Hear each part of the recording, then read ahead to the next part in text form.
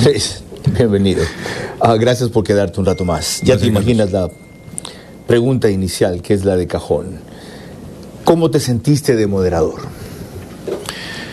Bueno, es un desafío inmediato para lograr conciliar 8 voces y tratar de apegarme lo mayormente posible a un reglamento ya establecido. Y eso para mí era un reto porque yo también tenía una cancha delimitada. Eso limitaba a sí mismo nuestro ímpetu por querer tener una mayor injerencia dentro de las respuestas o mayor acuciosidad respecto a sus respuestas, y eso nos deja un poco limitados. Pero era el reglamento ya establecido al que nosotros aceptamos enmarcarnos dentro de ese proceso. Antes de tú aceptar el encargo, ¿lo revisaste y dijiste, ok, coincido, o hiciste sugerencia o pusiste objeciones o por lo menos les expresaste preocupaciones? Sí, compartí algunas de las necesidades de poder volver, que ojalá estuviesen así, pero no fue así. Que las preguntas, por ejemplo, sean mucho más concretas, no tan extensas. Porque que no tenga un antecedente tan largo. El contexto periodístico es válido para nuestro oficio. Como periodistas, en muchas ocasiones funciona muy bien, pero no para el moderador en un formato que se demanda mayor rapidez o que se requiere mayor rapidez. Correcto. Ese contexto es innecesario.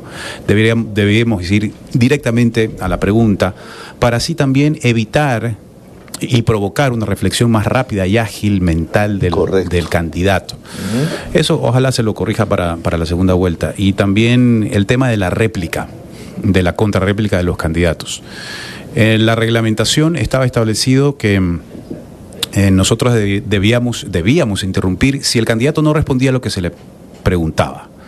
Y estábamos concentrados en aquello. Pero también dispone el reglamento que las contrarréplicas que planteaban los candidatos de 15 segundos... Tenían que ser sobre la materia que se le preguntó. Tendrían que ser sobre la materia que intervino ese candidato anteriormente. Que intervino, correcto. Más precisamente, sobre lo que él dijo, correcto. Así disponía el reglamento.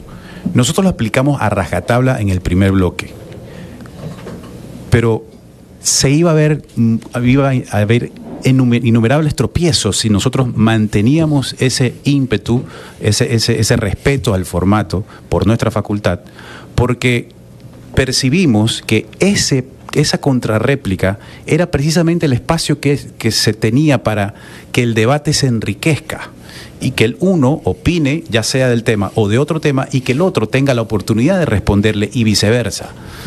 Ese aspecto solo lo pudimos medir ya con el debate en curso. A buena hora lo entendieron y qué bueno que no me equivoqué cuando anoche hicimos un análisis, apenas ustedes terminaron, y nos dimos cuenta de eso. Ustedes tuvieron que flexibilizar y aflojar las riendas un poco, si no iban a ser acusados de no permitir el debate, de ustedes querer hablar más que otros, cuando había un reglamento que no solo ustedes aceptaron, que ellos aceptaron. Ahora, ¿qué pasó en la primera parte, Andrés? ¿No lo entendieron o se hicieron los sapos, quisieron pasarse de vivos y utilizar cada parte de su intervención para hablar de lo que querían y no de lo que debían? Ellos estaban plenamente enterados del formato, sus delegados, y ellos lo sabían perfectamente. Hay muchísimos videos explicativos y ellos estaban absolutamente enterados de ese formato. O sea, no hay momento en el que se justifique, es que yo no sabía cómo era esto. Correcto. Y nosotros estábamos ahí precisamente para aclararlo y explicarlo correctamente. Uno de los candidatos que más se desubicó respecto a ese fue Bolívar Armijos. Yo supongo que quería implementar una estrategia de desconocimiento frente al hecho de que también se mide la capacidad de los candidatos de preguntar y de utilizar esa pregunta con una argumentación de ataque, si se quiere, de ataque persuasivo. Pero eso demanda una capacidad, una inteligencia y una preparación que supongo algunos no la tenían y que no querían hacer uso de ese recurso o querían evadirlo para ir a implementar en esos 15 segundos o en su respuesta a la pregunta sus discursos, posesionar sus discursos como suele hacerlo un político habitualmente, desviar la respuesta a la pregunta que el periodista o el moderador entrega porque quieren posesionar una idea, más aún en un espacio tan reducido, 1 minuto para la respuesta o 1 hora o 2 horas para un debate presidencial. Necesitan que su electorado o se cautive o no se vaya por otro candidato cuando quizás está teniendo otra visión del... Realmente querían aprovecharse también que estaban en cadena nacional. Aparte de que como tú dices, cuando tengo una entrevista en vivo, como están en vivo además, no contestan lo que se les pregunta, sino lo que les conviene, y eso dicen sus asesores, y es una lucha constante entre lo que ellos quieren decir y la respuesta que tú quieres obtener. Sin duda. Ahora, explícame un poquito, ¿para qué había 1 minuto? ¿Para qué había 45 segundos? Sí entiendo que la pregunta debía ser de 15 segundos, pero no entiendo cómo pueden haber aceptado que la réplica sea de 15 segundos tan corta.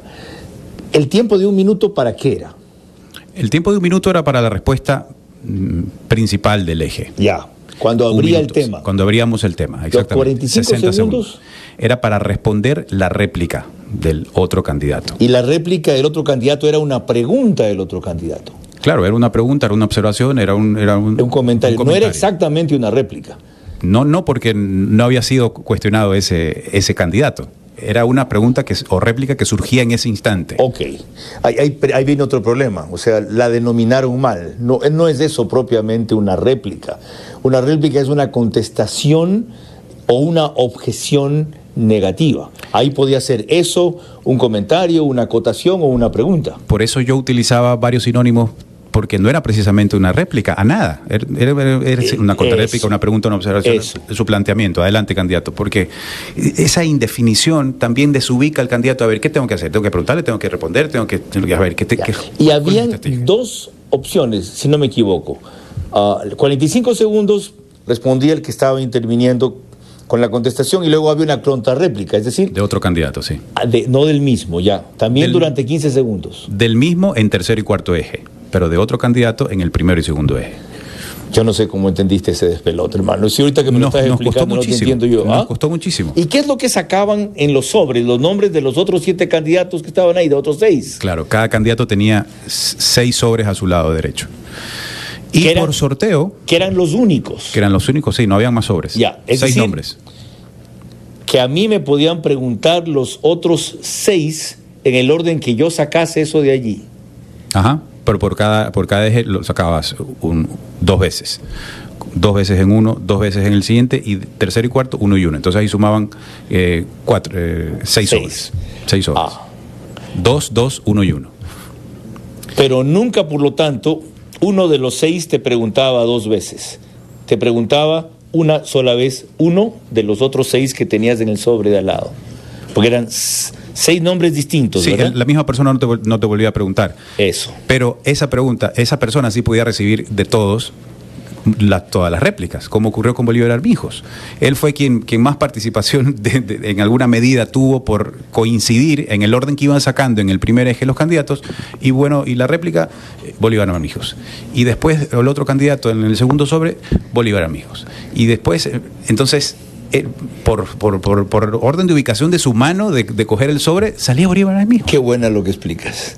Otra cosa que me pareció novedosa. Y eso se entendía como inequitativo, porque... Claro. Jaco habló los 40 minutos y el otro hablaron 3 o 4 sobre los primeros 40 minutos. Exactamente, eso es un problema, porque hace ver como que hay un interés intencional de que el flujo de preguntas y respuestas estén bajo 2 o 3 candidatos. Ya te imagino lo que te voy a preguntar después de un rato, pero previamente, escuchen lo que hace un rato no teníamos listo. El debate representaba la oportunidad para acercar a los candidatos a la ciudadanía, que justamente buscaba ejercer un voto informado y consciente. Al menos esa era la expectativa. Sin embargo, y como muchas otras, esta oportunidad para demostrar madurez política se ha perdido. Y es que, lejos de ser una herramienta democrática informativa, esta jornada se convirtió en una puesta en escena más de la política. De nuevo, los candidatos nos enfrentaron al fantasma del pasado, los ataques sin contexto, las promesas sin estrategia y sobre todo a la confrontación de 2 bandos en un pueblo que ya está bastante dividido. Al final, las cámaras se apagan, los candidatos sienten la victoria y el país la pérdida y el vacío de una política responsable y representativa. Eso es la política de este país. Comparte su inconformidad, faltó madurez política y quedó un vacío. ¿La comparte, sí o no? En parte sí. Creo que los políticos no no dieron la talla de lo que las circunstancias del país en este momento requiere. Ninguno de los candidatos. Hay unos que tienen unas características distintas a otros que permiten pues sobresalir sobre cada una de sus propuestas, pero se enfocaron en replantear sus discursos que lo han venido depositando en campaña.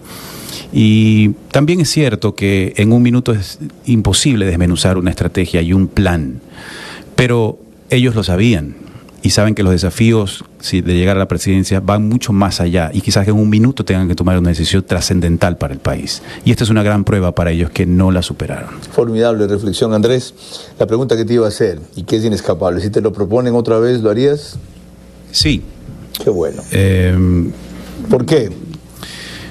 Porque me gustó el reto y creo que me puse a prueba sobre el control que puedo tener sobre el orden que debo imponer como moderador, y creo que podría ir a otro debate si me invitan. ¿Qué aprendiste? A escuchar claramente lo que se dice desde el otro lado, a hablar con respeto, con un tono en el que me permita convertirme en un conductor que busque el equilibrio en esa circunstancia para la cual fui requerido. ¿Cómo fue el ambiente antes? Hubo tensión, no había muchas risas, se intentaba disimular los nervios. ¿Conversaban entre ellos? No. ¿Saludaron? Sí saludaron. ¿Tenían laptop alguno de ellos? No, ninguno tenía laptop. ¿Celular? Tenían anotaciones. Notas. Sí, tenían notas. ¿Se permitía tener celular? Yo vi el reglamento y no se permitían tener ninguna de esas cosas. ¿Los acompañantes estaban al frente de ellos? No, estaban en una sala aparte del set. Ellos se acercaban solo en el minuto del break entre eje y eje, en el corte comercial. Ahí entraban. Ahí entraban a hablar. ¿Los de todos entraron o solo los de unos entraron y no entraron? Entraron todos. Algunos no entraban inmediatamente, otros entraban después, ya le quedaban solo 10 segundos porque entrábamos, entonces ya tenían que salir corriendo. Okay. Me gustó mucho ese romanticismo entre Manuela Pic y Yacu Pérez. ¿Ya?